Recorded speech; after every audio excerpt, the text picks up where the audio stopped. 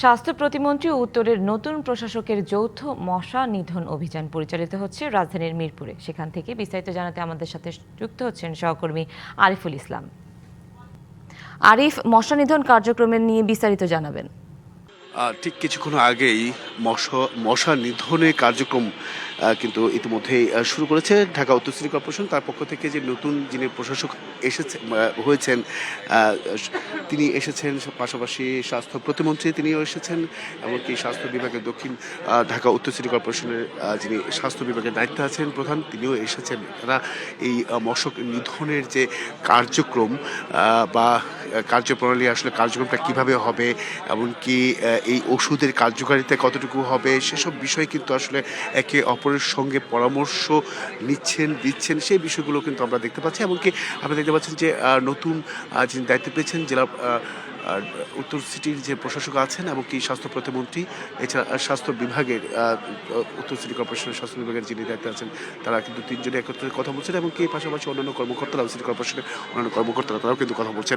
বিশ্বের নানা প্রান্ত থেকে রেমিটেন্স লেনদেনে নগদ নিয়ে এলো হার নামানা হার অফার। সর্বনিম্ন 10,000 টাকার রেমিটেন্স নগদে পাঠালে স্বর্ণের হার জেতার সুযোগ। আমি সেই বিষয়গুলোই দেখানোর চেষ্টা করব, কারণ আপনি জানেন যে রাজধানীতে এটি মশক নিধন মুক্ত একটি নগরী চান তারা। সেই কথাগুলো আমরা একটু তুলে ধরার চেষ্টা করব, তারা আসলে কী নিয়ে কথা বলছেন। যেহেতু যিনি প্রশাসক নতুন দায়িত্ব নিয়েছেন, আমরা তার কাছে একটু, বা এখানে মন্ত্রী রয়েছেন, স্বাস্থ্য প্রতিমন্ত্রী, একটু সেই কথাগুলো, কনভারসেশনগুলো একটু জানার চেষ্টা করছি।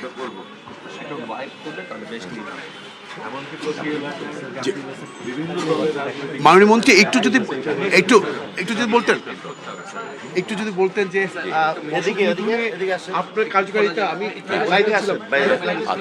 লাইভে আছে। কি ধরনের ডিসকাস হলো আপনাদের মাঝে, যেহেতু নতুন প্রশাসক আছেন, আপনিও আছেন, কি ধরনের আলোচনা হলো? একেবারে নগরবাসী নাজেহাল অবস্থা, এই মশা নিয়ন্ত্রণ করা আছে। ধন্যবাদ।